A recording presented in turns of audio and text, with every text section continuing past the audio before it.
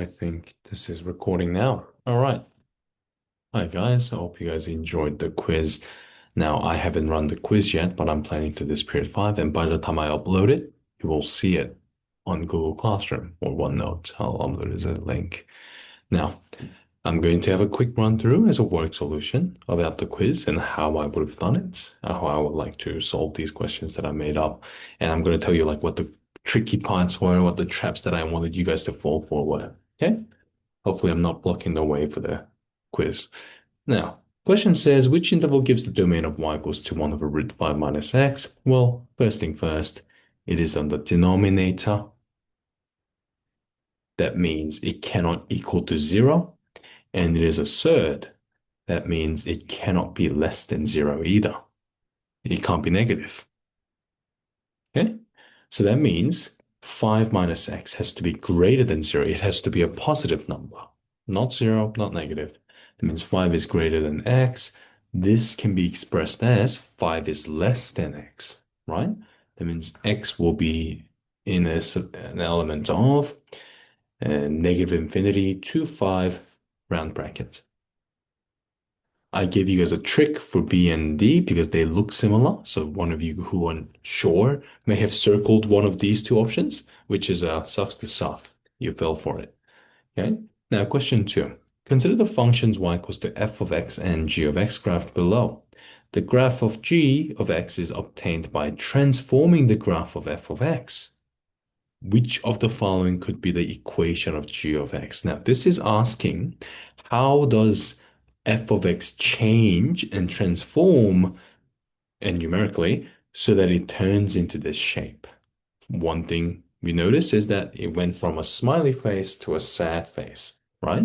So that means it is a negative f of blah, blah, blah, blah, blah. It immediately eliminates option A. That's gone. What else do I notice? Well, it was on the x-axis before, but now it's one up. Yeah, that means whatever the function is, it was added by one. Unfortunately, all of the options had the plus one. So get good. You fail for that. Okay. What else do we realize? It moves left by 3 because it used to have an x value at the vertex of 2, and now it has negative 1. So now it is f of x plus 3 plus 1. This is the only option. 3 minus x would have moved right by 3, and then it would have been a horizontal flip, but for a parabola, it's the same thing anyway. Now, consider f of x equals to 6 over x and g of x equals to 2x plus 4. What are the values of x for which f of x equals to g of x? This is just a fancy way of saying equate this and then solve. Okay, so 6 of x and g of x, let's equate them. 6 over x equals to 2x plus 4. Now, there's a denominator. Oh no, what do I do? Remember, we just don't like denominators. We just want to get rid of them. We want to just multiply everything by x to cancel it out. Okay, every term by x. So 6 equals to 2x squared plus 4x. Now, if you realize you can divide everything by 2, and then it turns into x squared plus 2x minus 3. And then this can be factorized as x plus 3, x minus 1. Okay? Does that mean x equals to 3 and negative 1? No. X equals to negative 3 and 1. Okay? And that's option D. Now, uh, question 4, 1. I'm sorry, I already had finished printing it after this, so you guys will just get that error. Sucks to suck. For the functions with the equation y equals to negative 1 over x plus 3 plus 2, describe the transformation y when compared to 1 over x. We know this is the OG graph of a hyperbola. It looks like this. What would I notice? First thing, the whole thing has a negative in front of it. That means it is reflected along the y-axis? Nope. Trick question. X-axis. I almost fell for it myself. Because why? It is flipping upside down, right? That means we're using the x-axis as the standard, and then it's moving like this up and down. Okay. And what else is there? It was added by 3, but on the input, x was added by 3, not y, not the f of x value. This means it moves left by 3. And then the plus 2, that is applied to the output, not the input. So everything goes up by 2. Okay. I almost wrote the word 2. Okay. If you wish to be fancy, you can say translation to the left by 2 or like 3, up by 2, like whatever translate. You can use the fancy words, but that's fine. It's all good. Write down the equations of the asymptotes. If you remember, the original graph has x equals to 0 and y equals to 0 asymptotes, but it is moved left by 3 and up by 2. This means my x equals to 0 has now been moved to the left by 3. So now it equals to -3 as an asymptote. Y equals to 0 has now moved up by 2. All my y values have been added by 2. So now it's y equals to 2 as an asymptote. Okay? Question I. Sketch the graph of this function below, showing all necessary features. Now, this might just mean asymptotes, but if it exists, we need to also include intercepts. Okay? We need to think about that. Also, intercepts if they exist. Okay? And it is our job to determine this. Okay? We need to figure out if they exist. Some exams will just tell you, write down the intercepts. So you know there will be some, but this one I didn't. That's the sum. So now I have y equals to 3 and psych. And then x equals to -3. And it was a flip vertically, right? So that means it's going to look something like this. Now, here's a problem. The way I just drew it may not be accurate because depending on how I put it, it could be here, or it could be on the axis, or it could be a little bit above. This changes my values, right? This could change whether I have this many y-intercept over here, x-intercept over here, or I have 0, 0, or I have x-intercept positive, y-intercept negative. Oh, yeah, changes the signs. So we actually should not have drawn this yet. We should have thought about it with a pencil. Oh, it's going to be somewhere around here. Now I need to find the intercepts because they clearly look like they have intercepts. This is the way that I want you to think in your exams. Okay. So let's see. X-intercept is when y equals to 0. This means 0 equals to -1 over x plus 3 plus 2. This means 1 over x plus 3 equals to 2. This means 1 equals to 2x plus 6. And then 2x equals to -5. X equals to -5 on 2. Oh, it seems to be somewhere around here. Then I can kind of assume y-intercept is going to be positive now because it has to go through that way. But let's draw it out. We have to confirm it. Okay, y-intercept is when x equals to 0. Let's see. Y equals to -1 over 3 plus 2, which is 5 on 3, something like that. 5 on 3 and -5 on 2. I have labeled my intercepts and then now I'm going to draw. This is a full 2 mark out of 2. I've shown all my asymptotes, my shape is right, and I've shown my intercepts. There's 3 things, but one mistake could cost you 1 mark out of 3. Okay. All right. Given the equation x squared plus 14x plus y minus 1 all squared minus 15 equals to 0, find the center and radius of the circle. Remember, we can only find center and radius if my equation looks like this. Actually, let's use negative because that's a better plus y minus k squared equals to r squared. Only when it's a perfect square, then we can deal with it. Y minus 1 squared is good. I'm happy with it. This is not. This is not good.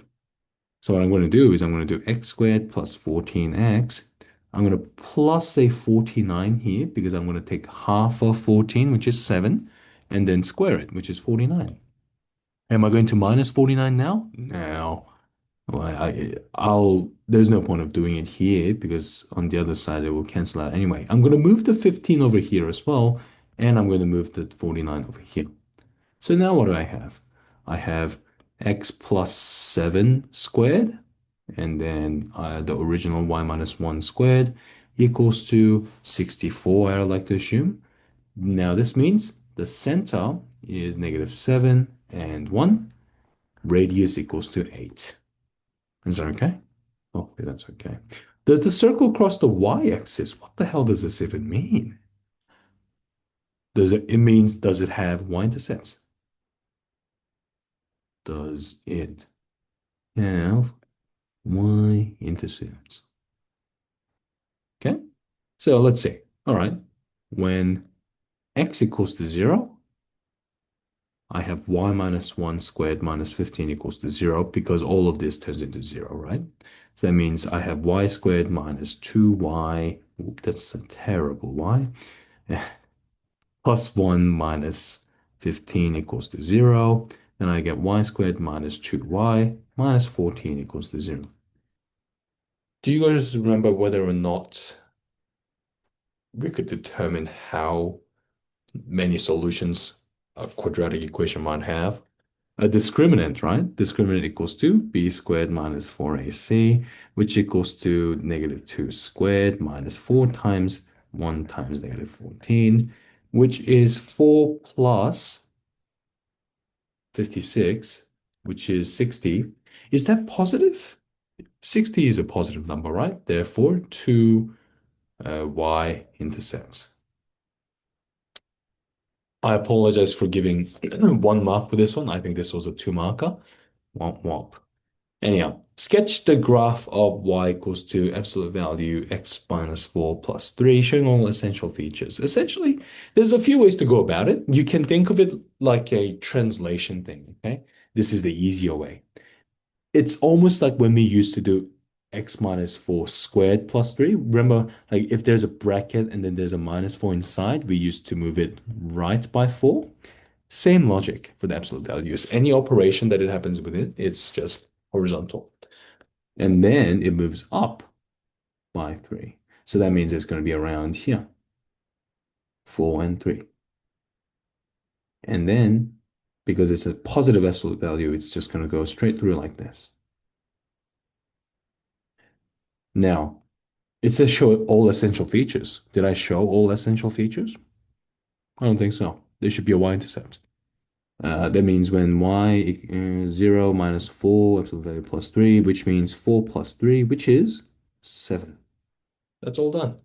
Now, if you're not sure about how this translation works, you could start by drawing y equals to x minus 4 first by doing, this is x minus 4 function that looks like this, right? And then I'm going to bounce the negative bit, and then it looks like that. And I'm going to move it up by 3. Okay? This way might make sense for you. You do what you're comfortable with. Okay? Both ways work because they're all true. All right, let's have a look at this. The function f of x is defined as f of x is this if x is greater or equal to 0, and this if x is negative. Find f of negative x. Well, let's see. F of negative x, well, x is negative, right? Negative 3, so I'm using this. And I'm going to plus that with f of 2, but this is a positive number. So I'd use x squared plus 5. So I use 2 squared and then plus 5. Now it's going to add up to 2 plus 4 plus 9, which is then 11, I think. So about. That should be all good. Now, I put II because it's a very interesting question. I like it a lot. M squared is just a number. I have no idea what M squared is going to be. But if you were to just start thinking about what number M squared might mean, what happens if I have, let's say, M equals to 0? M squared is going to be 0. What happens if I have M equals to 1? M squared is going to be 1. What about M equals to negative 2?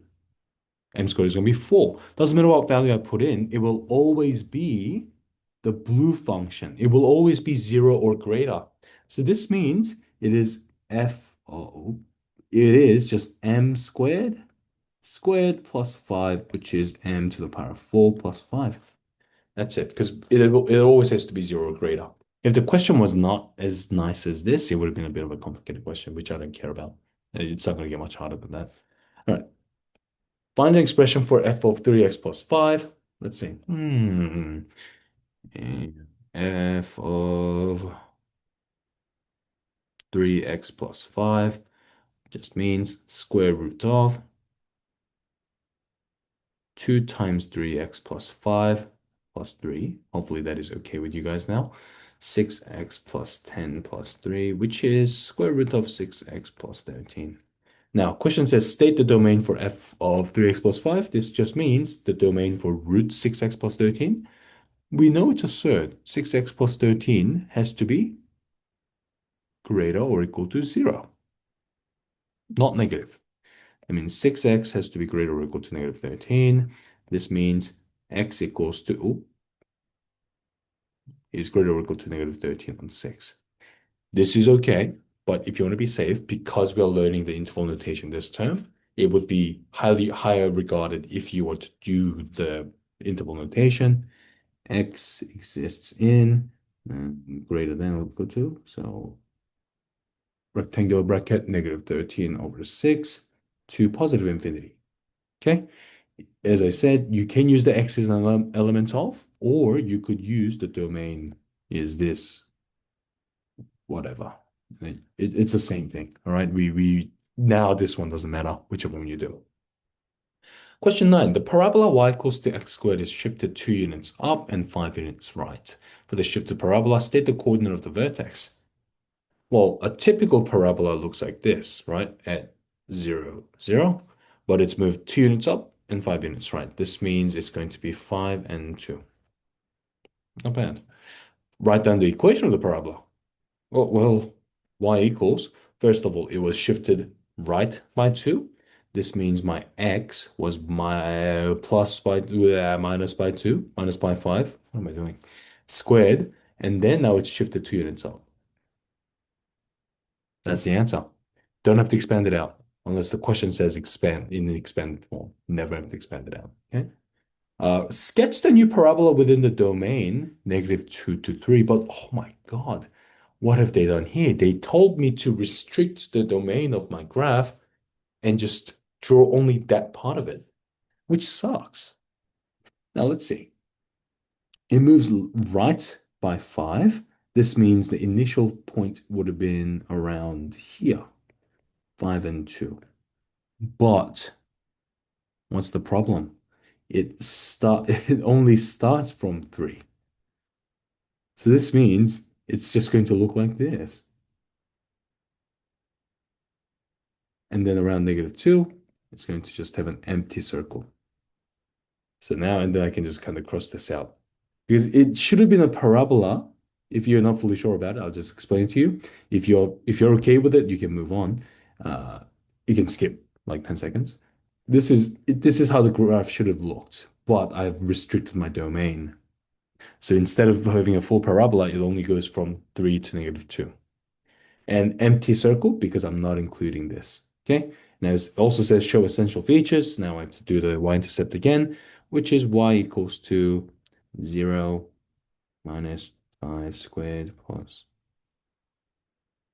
2, 27, 27. Is that okay? Better be. Let's see. Now, show that f of x is an odd function. Good.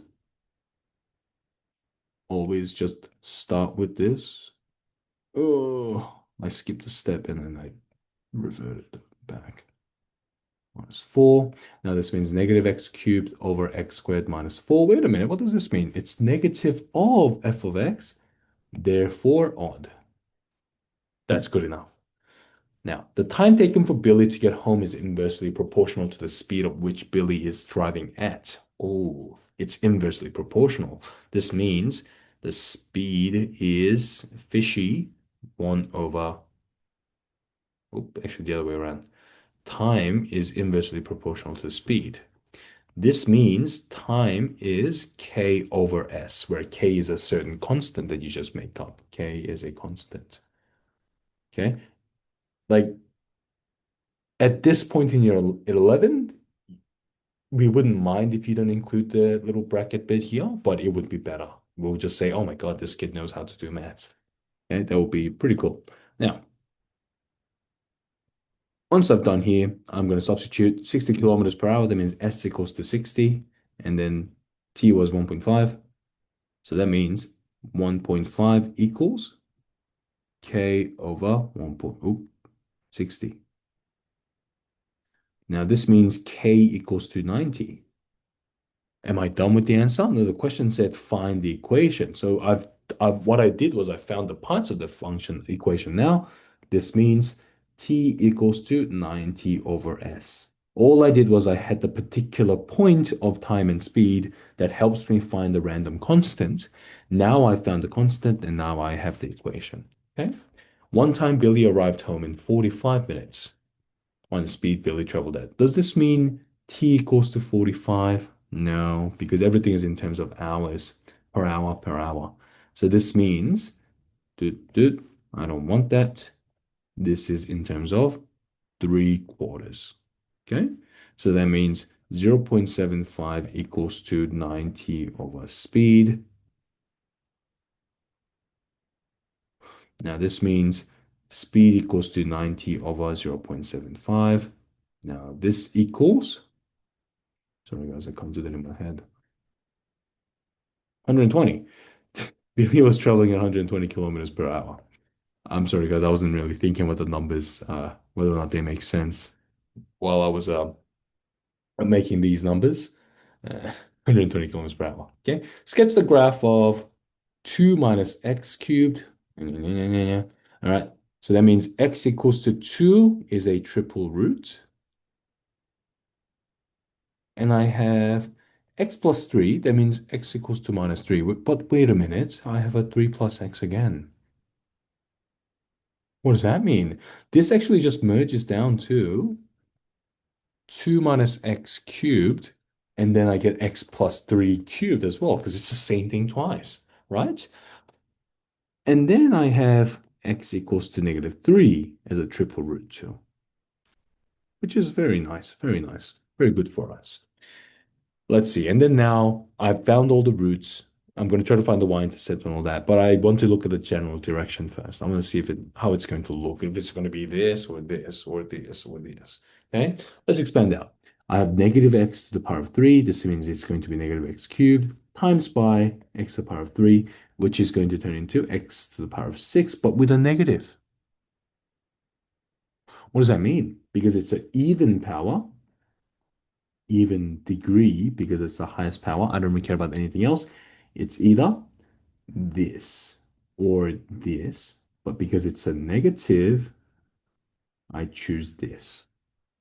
Okay, it's going down because it's got an even highest power. It's going to go the same direction. So let's just write those down. Okay, I have 2 and I have negative 3, and I have negative, so that means it has to end this way, and it's a triple root. And I know I have to go through this guy now, so I'm just going to go back and then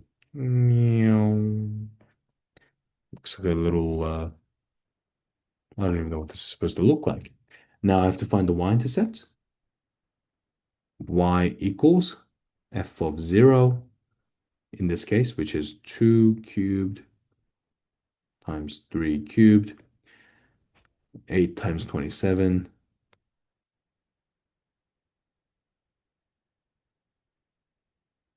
216, I think. Yeah. If it's wrong, well, Yeah, I mean, you guys would have used the calculator, right? So surely that's okay.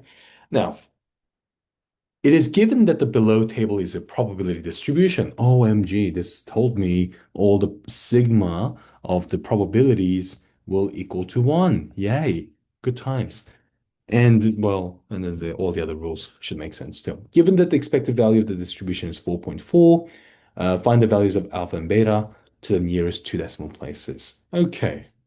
This is a pretty, like, why would Mr. Kim have given so much writing space? He never does that. There's no way. There's a reason. Let's see. What do we first know? We know if all of these are added up, that should equal to 1, right? Let's see. Beta plus zero point 0.2 plus zero point 0.2 plus zero point 0.1 plus alpha should equal to 1, which means alpha plus beta equals to 0.5. Just moving everything aside again. That's not enough. What else do I know? Oh, they told me the expected value is 4.4. Expected value equals alpha times beta plus 4 times zero point 0.2 plus 5 times zero point 0.2 plus 6 times zero point 0.1 plus 8 times alpha, and that equals to 4.4. Oh, disgusting. Oh my God, I love it. Okay. I was actually having too much fun while I was writing this question. I was thinking this is not going to be very fun for you guys. That's pretty good. But that means if a question like this ever pops up in an exam, you will be more prepared than the other kids because I doubt many other teachers would be trying to teach kids this. Anyhow, I have alpha beta plus 8 alpha equals to 2. At this point, you'll be thinking to yourself, how do I use these and these? I notice beta is the only one that's very easy to replace. I'm going to replace this beta with it. So the equation is now only alphas. Hmm. 0.5 minus alpha. And then I have plus 8 alpha equals to 2. I have half alpha minus alpha squared plus alpha 8 equals to 2. Now, I'm starting to run out of space. Should have given you more space. Sorry, guys. And now I'm going to double everything because I don't like half. So I'm going to say, ooh, 2 alpha squared plus minus 17 alpha minus plus 4 equals to 0. Okay. At this point, I have no idea how to factorize this. I'm not going to bother. So that means I'm going to use alpha equals negative b plus minus square root of b squared minus 4ac over 2a because, well, you might just need it, okay? 17 plus minus square root of 17 squared minus 4 times 2 over 4, which is, turn off the volume. It's getting annoying here. Um, okay, I don't think I can do it. Sorry. 17 minus 32 over 4. Okay, so the positive answer is 8.2578 for dp. And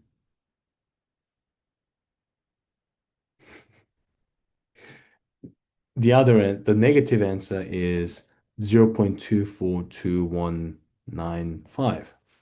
Let's see. Oh, actually, whoops. I shouldn't have written it like that. I should have written it or. But here's the problem. If alpha equals to 8.2578, but where's alpha? Alpha is one of the probabilities. It cannot be greater than 1. It doesn't make sense for it to be 8.2578. So you just have to eliminate it and say, oh, this outcome doesn't make sense as alpha is a probability. And you just find this. All good? Did we answer the question yet? No, we need to find theta too. Where there's another step. So now what do we know? Uh, we know beta does equal zero point 0.5 minus alpha, which means 0.5 minus 0.242195, which is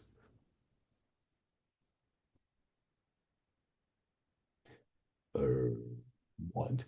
0.242195. So 0.257815.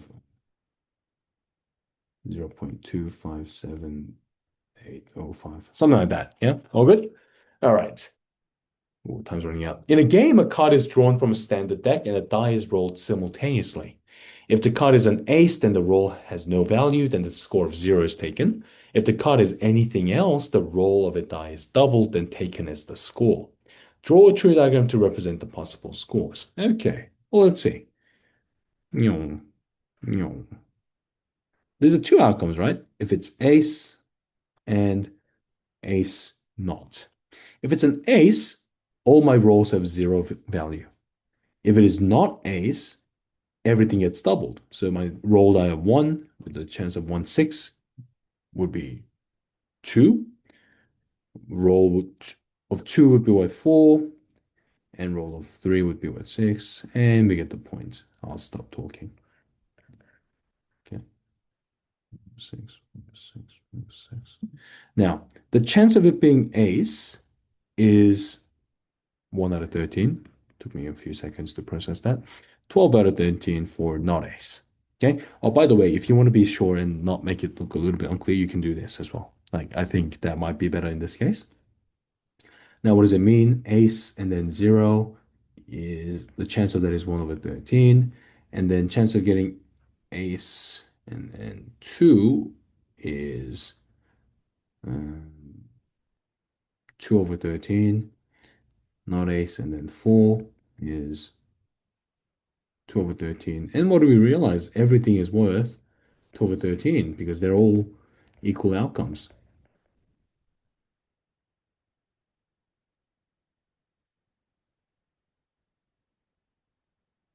And I should really be writing probability off if I want to be grammatically correct, but it doesn't really matter at this point. Now, construct a probability distribution table for that. Well, all the possible x's are 2, 4, 6, 8, 10, 12.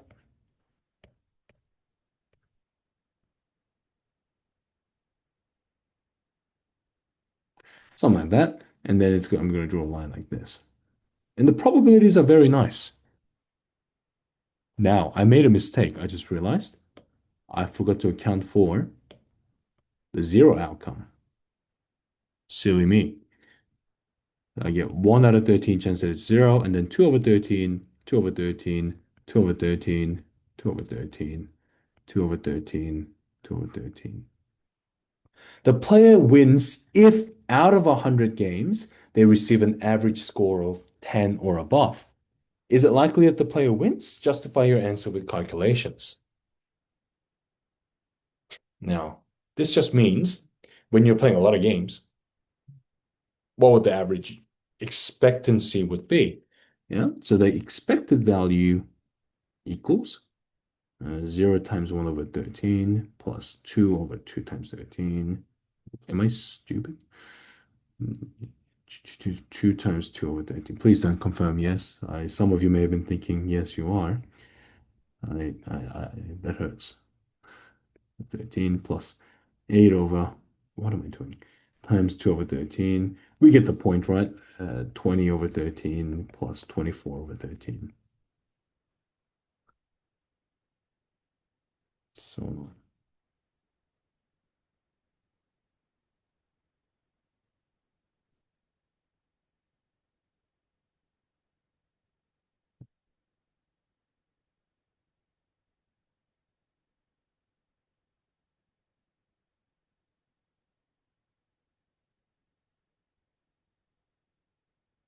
6.461. No, because my expected value is 6.461. It's not going to get there. All right. Now find the variance and hence the standard deviation of the scores. Now, this is a very formula-based one. So you guys do that. I'm not going to bother. Hope you guys had fun.